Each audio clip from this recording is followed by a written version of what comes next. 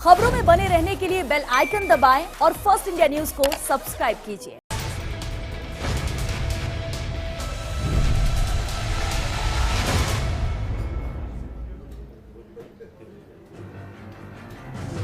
नमस्कार, स्वागत है आपका बिग फाइट लाइव में। आपके साथ मैं हूं श्वेता मिश्रा। कहते हैं सियासत में कुछ भी नाजायज नहीं है, लेकिन फिर भी कभी कभी हमारे माननीय सारी हदें पार कर देते हैं। ऐसी मांग बुलंद कर देते हैं जिसे सुनने के बाद लगता है कि हद कर दी आपने। ऐसे ही कुछ बयान सूबे की सियासत गर्म कर रहे हैं, जिनमें शुमार है विधायक गणेश घोगरा का वो बयान जिसमें वे कह रहे हैं कि आदिवासियों को उनके अधिकार नहीं मिल रहे हैं। ऐसे में बेहतर होगा कि उनके लिए अलग राज्य बना दिया जाए।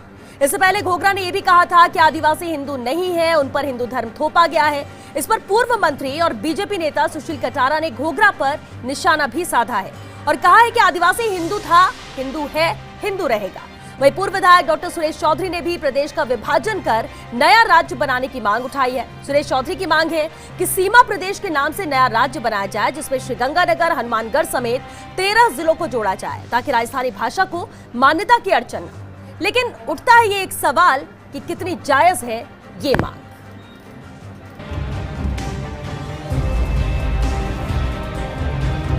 हमारी संस्कृति अलग है, हमारी परंपरा अलग है, हमारा खान पान अलग है, हमारी रीति रिवाज अलग है। तो मैं सदन के माध्यम से मांग करना चाहता हूं कि हमारा आदिवासी धर्म कोड अलग से दर्शाया जाए। हमारे हिंदू से संस्कृति कोई मिलती जुलती नहीं। धर्म कोड तो हमारा होना चाहिए। आज भी खाट पे बैठने का अधिकार नहीं है आदिवासियों को, तो क्या हम इंसान नहीं है? क्या आदिवासी इंसान नहीं है? सीमा प्रदेश का अलग से निर्माण किया जाए, ये वक्त की भी मांग है। 2-2.5 दशक से राजस्थान के विभिन्न क्षेत्रों से ये मांग भी उठती रही है कि बहुत बड़ा राज्य हो गया राजस्थान, इसको अब छोटा राज्य बनाया जाए। आदिवासी हमेशा से सनातनी रहा है, हिंदू था, हिंदू है और हिंदू रहेगा। इसको कोई जुटला नहीं सकता।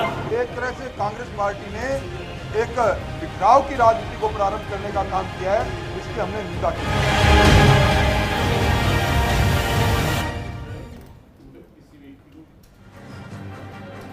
नाजायज मांग या फिर मंशा में खोट? क्या अलग प्रदेश के लिए मांगे थे वोट?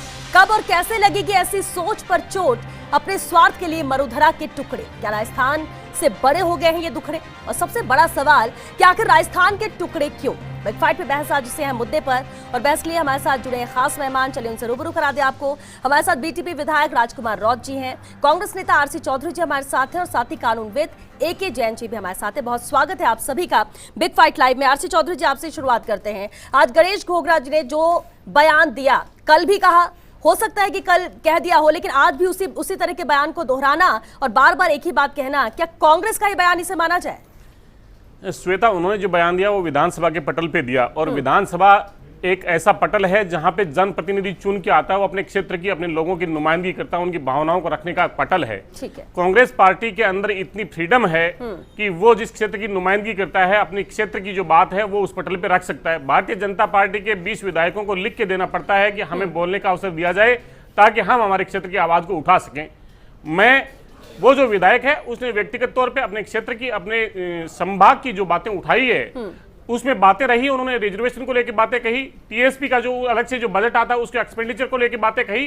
तमाम बातें हैं जो उसको निश्चित रूप से उस क्षेत्र के अंदर कहीं ना कहीं उस क्षेत्र के लोगों की प्रत्यक्ष और अप्रत्यक्ष रूप से मांग रही है। इसलिए मैं सोचता हूं कि जनप्रतिनिधि होने का अपना उन्होंने एक निर्वहन किया है, और वो उन्होंने अपने क्षेत्र की मांगे रखी है। ठीक है, आप ये मानते हैं। तो फिर एक सवाल तो ये भी उठता है कि अपने क्षेत्र की, अभी आपने भी जिक्र किया कि उनका अधिकार है, जनप्रतिनिधि अपने क्षेत्र की मांगों, क्योंकि प्रदेश में सरकार भी कांग्रेस की है, वो विधायक भी कांग्रेस के हैं, तो क्या इन क्षेत्रों का या उस पर्टिकुलर क्षेत्र का पर फोकस नहीं है सरकार का, या विकास वहां पर किए नहीं जा रहे हैं? सवाल तो सरकार पर भी उठ रहे हैं। इसी गणेश घोगरा जी का अगर आप वक्तव्य सुनेंगे, अगर बयान सुनेंगे, तो उन्होंने ये जिक्र किया उस बात का कि जो हम मीणा जो भील थे, उस मीणा भील को मीणा रावत के अंदर आपने कन्वर्ट कर दिया है। 95 के बाद में जो उन्हें उनका जो मूल्यवासी प्रमाण पत्र दिया गया उसके अंदर उसमें परिवर्तन कर दिया गया है। वो 95 में किसकी सरकार थी, क्या मंशा थी, क्यों ये परिवर्तन हुए, तब से लेके जो व्यवस्था बनी उस व्यवस्था की बात करें। दूसरा, उन्होंने कहा कि टीएसपी के लिए हमारा जो बजट आता है, जिन पॉलिसीज में बजट आता है, वो अंतिम समय पे जो ब्यूरोक्रेसी है, तो अगर कांग्रेस की सरकार के संज्ञान में लाए तो निश्चित रूप से मुख्यमंत्री संवेदनशील है और काम करना चाहिए। मैं कहता हूं कि क्योंकि उस क्षेत्र की मुख्यमंत्री उस हाउस के अंदर राजस्थान के मुख्यमंत्री होते हैं। अगर भारतीय जनता पार्टी का विधायक भी अगर कोई बात को उठाता है तो वो उसको भी उतनी ही संवेदनशीलता से सुनते हैं, क्योंकि उन्हें नुमाइंदगी राजस्थान की करते हैं, ना हम भारतीय जनता पार्टी की तरह सिर्फ ठीक है, एक यानी दल की ये तब राजनीति से करते जब से हुआ वो उस समय से दर्द है, और जो चीजें फेस करता आ रहा है पर्टिकुलर वो उस धर्म के लोग जिसका वो जिक्र कर रहे हैं, और बार बार एक बात कह रहे हैं कि हम हिंदू नहीं है, हम पर हिंदू धर्म थोपा जा रहा है। राजकुमार राव जी, इसका जरा आप जवाब दीजिए। आज जो गणेश घोगरा जी ने कहा कि आप उसके समर्थन में हैं, आपको लगता है कि उन्होंने सही बात रखी है या वाकई में ऐसा ही है? और हिंदू को लेकर क्यों बार बार कि हमें हिंदू धर्म परिवर्तन के लिए कहा जाता है, हमें हिंदू में लेकर, जबकि हम हिंदू नहीं, हम आदिवासी अलग हैं? बिल्कुल, आपको जोहार इस चैनल के माध्यम से। और ये जो मांग उठी है, ये जो ऐसा नहीं है कि कल ही ये मांग उठी है, गणेश जी के द्वारा ही पहली बार उठाई गई है या मेरे द्वारा ही उठाई गई है, ये पहली बार नहीं हुआ है। ये जो डिमांड है, हम लोग उसके तह में जाना पड़ेगा कि आदिवासी समाज किस धर्म में आता है। तो मेरा जो मत है कि आदिवासी समाज जो धर्मपूर्वी समाज है और ये जो धार्मिक व्यवस्था है इससे पहले का समाज है, और बात रहती है हिंदू समाज की। तो मैं आपको बता दूं थोड़ा विस्तृत में कि हमारे इलाके में जो आदिवासी समाज है वो कई धर्मों में बटा हुआ, कोई ईसाई बने हुए, कोई हिंदू बने हुए हैं, कई इधर दूसरे धर्म भी अपनाए हैं। जैसे कि हम गुजरात में जाते हैं तो वहाँ पर कई लोगों ने मुस्लिम धर्म भी अपना रखा है। तो कई तो स्वेच्छा से उन्होंने किया, धर्म परिवर्तन कर लिया। हाँ बिल्कुल, स्वेच्छा से किया। बिल्कुल ये आपकी बात है, लेकिन ये जरूरी नहीं है कि आदिवासी समाज हिंदू है। अब हिंदू की परिभाषा, जैसे कि हिंदू की परिभाषा के तहत मुझे लगता नहीं है कि आदिवासी समाज क्या है, धर्म क्या है, सनातन है?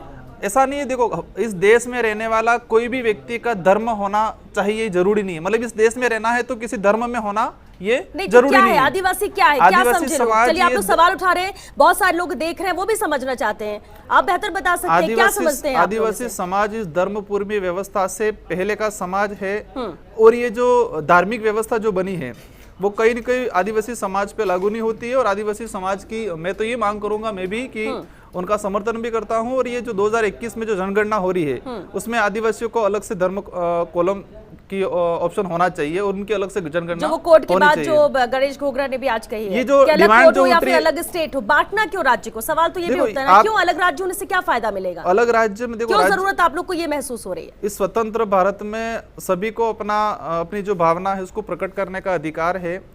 कई लोग होते हैं जो अपने जिले की मांग करते हैं, कई लोग राज्य की मांग करते हैं। देश आजाद होने के बाद कई राज्य बने भी हैं। तो ये जो अलग राज्य की जो मांग की जा रही है वो पहली बार नहीं हुआ है।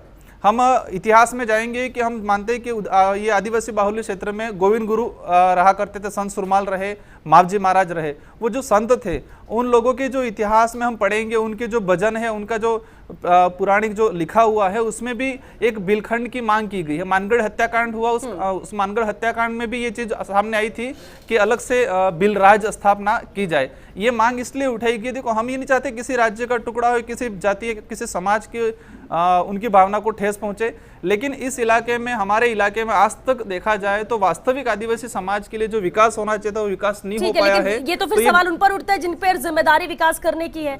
विकास जब की बात आती है, चुनाव की बात आती है, वोट की बात आती है, तब तो कहा जाता है कि सभी 36 कौमों को साथ लेकर चलना है, हर वर्ग को साथ लेकर चलना है। तो सिर्फ वोट के वक्त ही साथ लेकर चलना होता है या विकास के वक्त भी साथ लेकर चलना होता है? ये भी एक अहम सवाल उठता है। बीजेपी विधायक अमृतलाल मीणा जी भी हमारे साथ जुड़ चुके हैं। अमृतलाल जी, बहुत स्वागत है आपका। अमृतलाल जी, क्या इस बात से क्या आप भी इत्तेफाक रखते हैं जो आज गणेश घोगरा ने कहा? और साथ ही एक सवाल ये कि आदिवासी हिंदू नहीं है, हिंदू धर्म पर थोपा जा रहा है, क्या है आदिवासी? सबसे पहले मैं फर्स्ट इंडिया के सभी माननीय सदस्यों का जी सबका स्वागत करता हूं। आदिवासी जो समाज है आदिकाल से है, पूरा हिंदू है। न जाने ये परिस्थिति क्यों आई, इस बात को मैं नहीं जानता हूँ जी। आज बेनेसर धाम है हमारा, वहाँ फानगुड़ के महीने में मेला भरता है।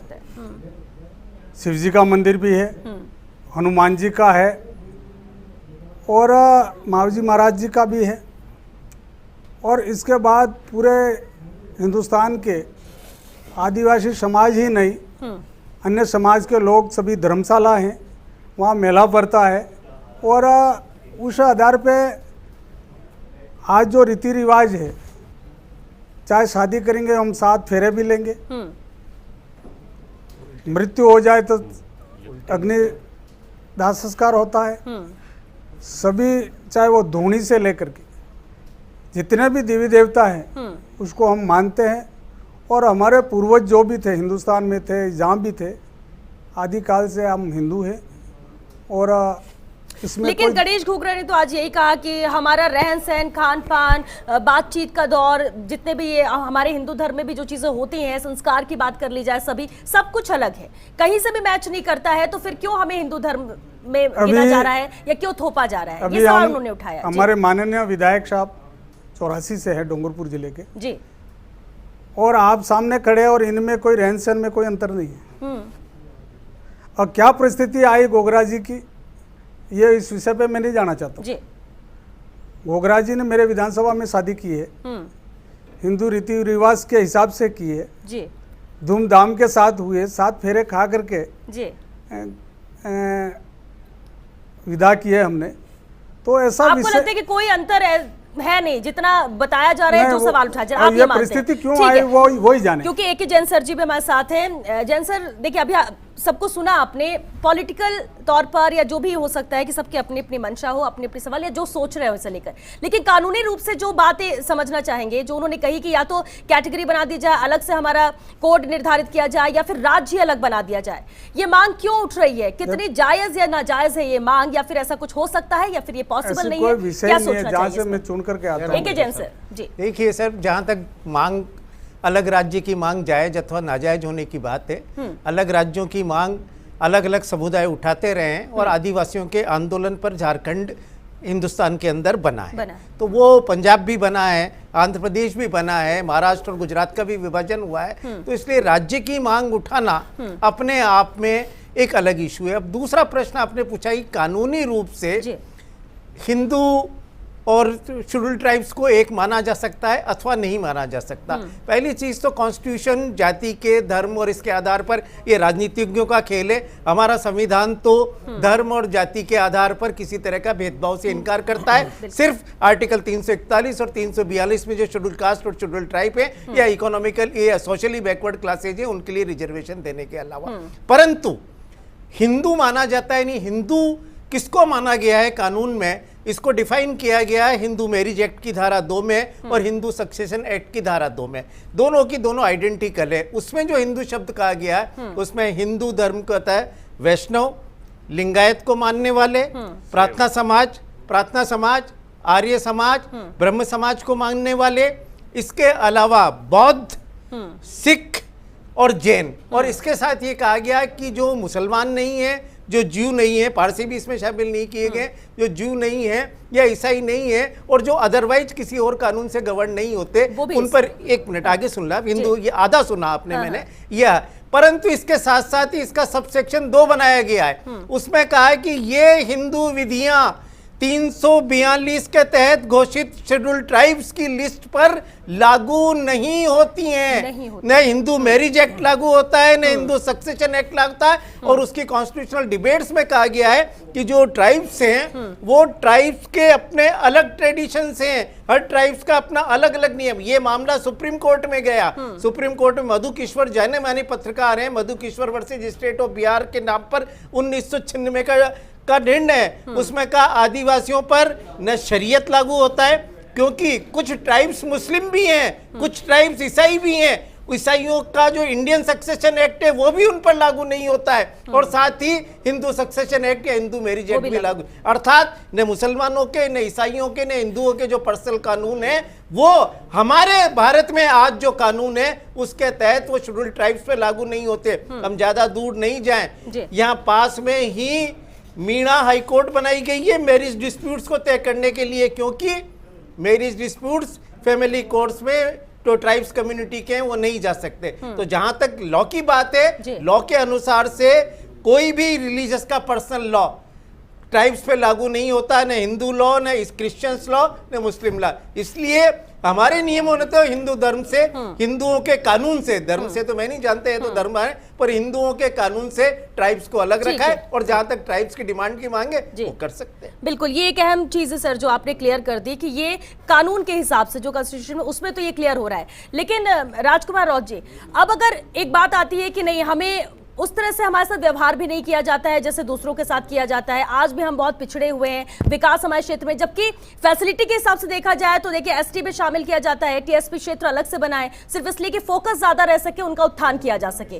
कहां कमी नजर आती है, क्यों जरूरत पड़ती है कि अलग राज्य बना दिया जाए? और जैसा कि आपने कहा कि ये नई बात नहीं, इतिहास में भी हुआ है, चलिए मान लेते हैं, और हुआ भी है इतिहास में भी राज, और भविष्य में भी ऐसा होगा। और अगर ऐसे ही होता रहा, हर कोई अलग अलग डिमांड करेगा, तब तो 33 जिले 33 राज्य बना दे, सबको बांट के रख दे, उससे क्या फायदा मिलेगा? आपने जो बताया कि इस इलाके में इतना टीएसपी मतलब अलग से शेड्यूल एरिया भी बनाया है और अलग अलग फंड भी आते हैं। हाँ। मैं आपको बता दूं कि केंद्र सरकार भी आदिवासियों के उद्धार के लिए कई फंड देती है और राज्य सरकार भी अपने बजट में अलग से फंड की व्यवस्था करती है। लेकिन वास्तविक जो बात आज तक धरातल पे गवर्नमेंट ने ये किया है, भले कोई भी गवर्नमेंट रही हो, उनके हिसाब से प्लानिंग कर ली, उनके हिसाब से योजना बना दी और आदिवासियों पे थोप दिया और उन्होंने बजट दे दिया। उन्होंने कोई नहीं देखा और सिर्फ आंकड़ा देखा कि हमने इतना पैसा आदिवासियों को दिया। उनको ये नहीं बताया कि ये वास्तविक कहाँ यूज हुआ, वो सही जगह यूज हुआ या गलत हुआ। लेकिन एक बात बताइए, परिवर्तन तो हुआ है। देखिए बीटीपी बनी, 2 विधायक चुनकर आए, जनता ने ही चुना, आपके क्षेत्र के लोगों ने ही चुना, इसलिए कि प्रतिनिधित्व आप लोग करें।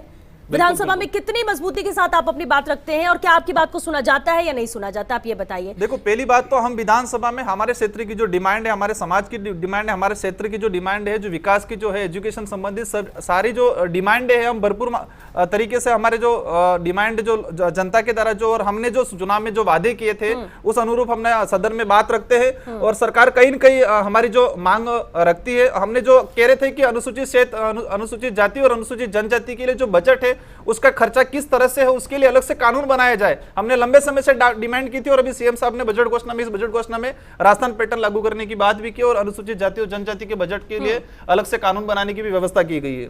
ठीक है, लेकिन आरसी जी, एक बात जो बार बार आ रही सामने कि पहले भी कई राज्य हैं जो जिसे बांटा गया है, 2 भागों में बांटा गया, राजस्थान में भी वही बात उठ रही है। अब सिर्फ हम इनकी बात नहीं कर रहे हैं, अगर हम एक और विधायक जिन्होंने श्रीगंगानगर हनुमानगढ़ इस एरिया को भी बोला कि अलग से राज्य बना देना चाहिए, अगर ऐसे ही डिमांड आती रहेगी तो हम इसको जायज नहीं कह सकते कि हर कोई डिमांड कर सकता है, लेकिन ये सॉल्यूशन नहीं है किसी भी राज्य के लिए। अगर कहीं पर कमजोर कुछ पड़ रहा है तो उस पर फोकस करना ज्यादा बेहतर होगा, बजाय कि सबको बांट दो, अलग अलग राज्य बना दो और उसके बाद आपको लगता है कि विकास होगा। और ये सही है श्वेता?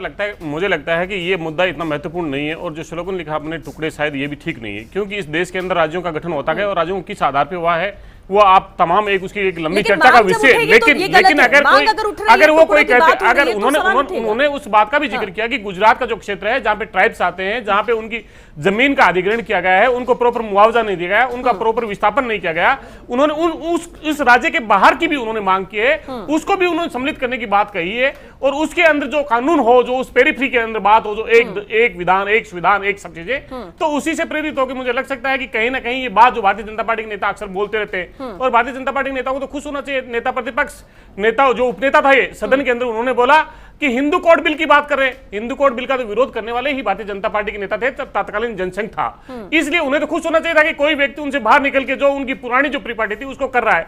उसने अपनी वेदना क्या व्यक्त की, उन्होंने कहा कि एकलव्य की परीक्षा बार बार ली जाती है, एकलव्य की परीक्षा बार बार ली जाती है। आज भी ऐसी व्यवस्था इस समाज के अंदर ऐसी व्यवस्था है, केंद्र की सरकारों के अंदर ऐसी व्यवस्था, केंद्र की सरकार का जिक्र किया, भारतीय जनता पार्टी के विधायक बैठे उस क्षेत्र की नुमाइंदगी करते हैं, ये कहिए, बताइए, इनसे पूछिए कि क्या उन्होंने जो मांग की आप उसके साथ में खड़े या नहीं खड़े। भारतीय जनता पार्टी का कोई दूसरा प्रवक्ता होता तो निश्चित रूप से बेहतर कुर्सी की बात होती, लेकिन यहाँ पे ये भारतीय जनता पार्टी की नुमाइंदगी नहीं हो रही है, ये भारतीय जनता पार्टी के एक विधायक के तौर पे, पार्टी के तौर पे पूछिए उन्हें कि क्या भारतीय जनता पार्टी के नेता के तौर पे आप उस क्षेत्र के अंदर कहेंगे। वो तो बोल रहे हैं अमृतलाल मीणा जी, 2 बातें देखिए, बीजेपी की विचारधारा अलग, बीजेपी अलग सोचती है, लेकिन दूसरी तरफ आदिवासियों की सोच अलग है। आप क्योंकि उससे आते हैं, बीजेपी से आप जीत कर आए हैं, प्रतिनिधित्व आप कर रहे हैं, स्टैंड आपका किसके साथ है, क्या सोच है इसे लेकर?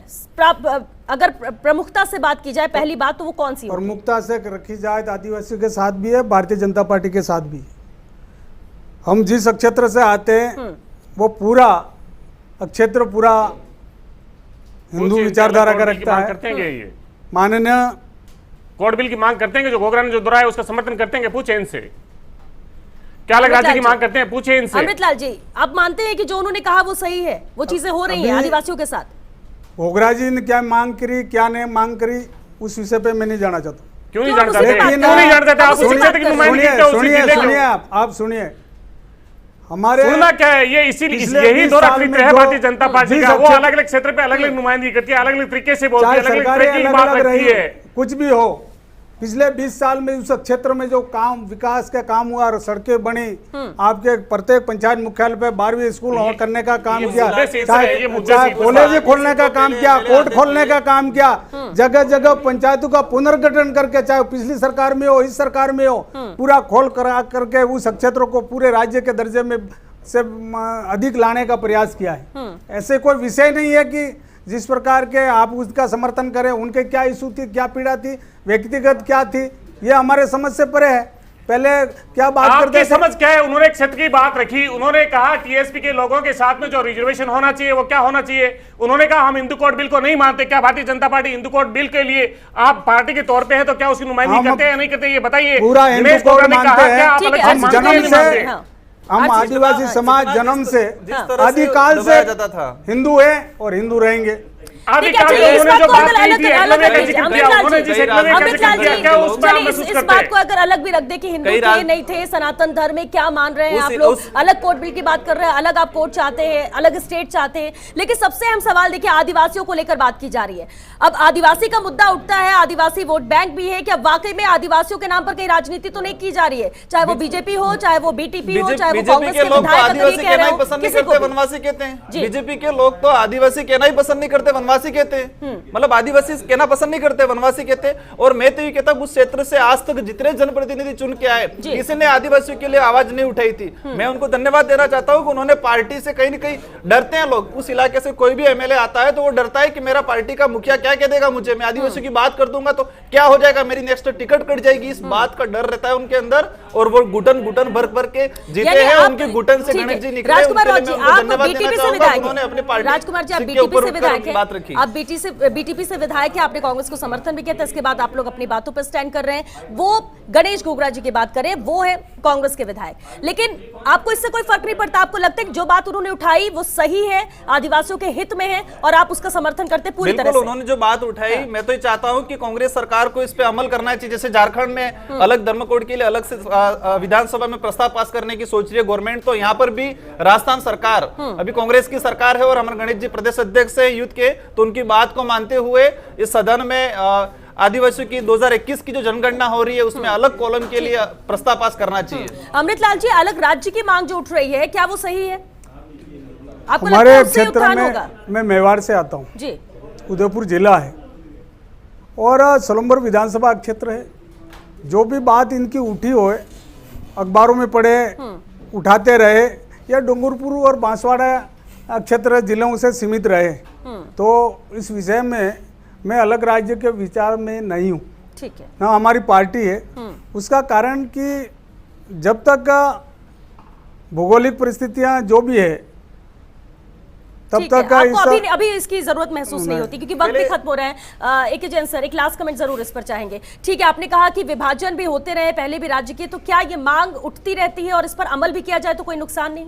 देखिए, जहाँ तक भील क्षेत्र की मांग है, ये कोई पहली बार नहीं उठी है। जो आपने बताया कि पुराने में भी जो बड़े सोशलिस्ट लीडर थे, जो जिनका रतलाम में सेंटर था, उन्होंने भी ये मांग उठाते रहे। और छोटे राज्य होना तो ये माना ही गया कि एडमिनिस्ट्रेशन के तरफ से अच्छा, तो हर लोगों की जो स्थानीय आकांक्षा है उसको यदि कोई बड़ा राज्य उसको पूरी नहीं कर पा रहा है, उत्तर प्रदेश का विभाजन हुआ है, मध्य प्रदेश का विभाजन हुआ है, तो यदि किसी तबके को ये लगता है कि एक सेपरेट राज्य हमारी लैंग्वेज के हिसाब से, हमारे कल्चर के हिसाब से होना चाहिए, तो ये मांग उठाई जाती है। और इसको टुकड़े टुकड़े के हिसाब से उसका लॉजिकली देखना चाहिए कि क्या इसका लॉजिकली कोई रीजन है या नहीं है, क्योंकि हर चीज को अगर अब ये कह दिया जाए कोई सेपरेट नेशन की मांग नहीं कर रहे हैं, वो एक अलग राज्य की मांग कर रहे हैं जो अमूमन उठती रहती है, तो उसको अगर इस इशू पे उठा ले जाना। परंतु जहां तक ट्राइब्स की बात है, ये हिंदुस्तान का कानून खुद मानता है कि हिंदू लॉ ट्राइब्स पे लागू नहीं होता है। चलिए, बहुत शुक्रिया आप सभी का इस चर्चा में शामिल होने के लिए। तो देखिए, मांगे हर कोई कर सकता है, वो जायज हो नाजायज हो, कितना उसे अमल में लाया जा सकता है, लेकिन अलग राज्य की मांग उठाना पहले भी उठाया गया था। धर्म को लेकर बात कही जाती है, लेकिन धर्म की बात हो, बोली की बात हो, आपके संस्कार कैसे हो, आप किन चीजों को मानते हैं, इसके आधार पर राज्य को डिवाइड नहीं किया जा सकता, किसी भी राज्य को बांटा नहीं जा सकता है। यहाँ जरूरत यह है कि अगर जिन्हें ये कमी महसूस हो रही, उन्हें लगता है उन पर ध्यान नहीं दिया जा रहा है, तो ये सरकार को उस पर ध्यान देना चाहिए, विकास के रास्ते और निकालने चाहिए, ना कि हम अलग राज्य बांट दी। क्योंकि अगर आज एक को किया जाएगा, कल को 4 और खड़े होंगे। और ऐसे में अगर राजस्थान की बात करें तो क्या हम हर जिले को बांट के 33 राज्य तो बना नहीं सकते हैं? इस पर सोचने की जरूरत जरूर है। चलिए, 6 बिग फाइट लाइव में आज के लिए बस इतना है।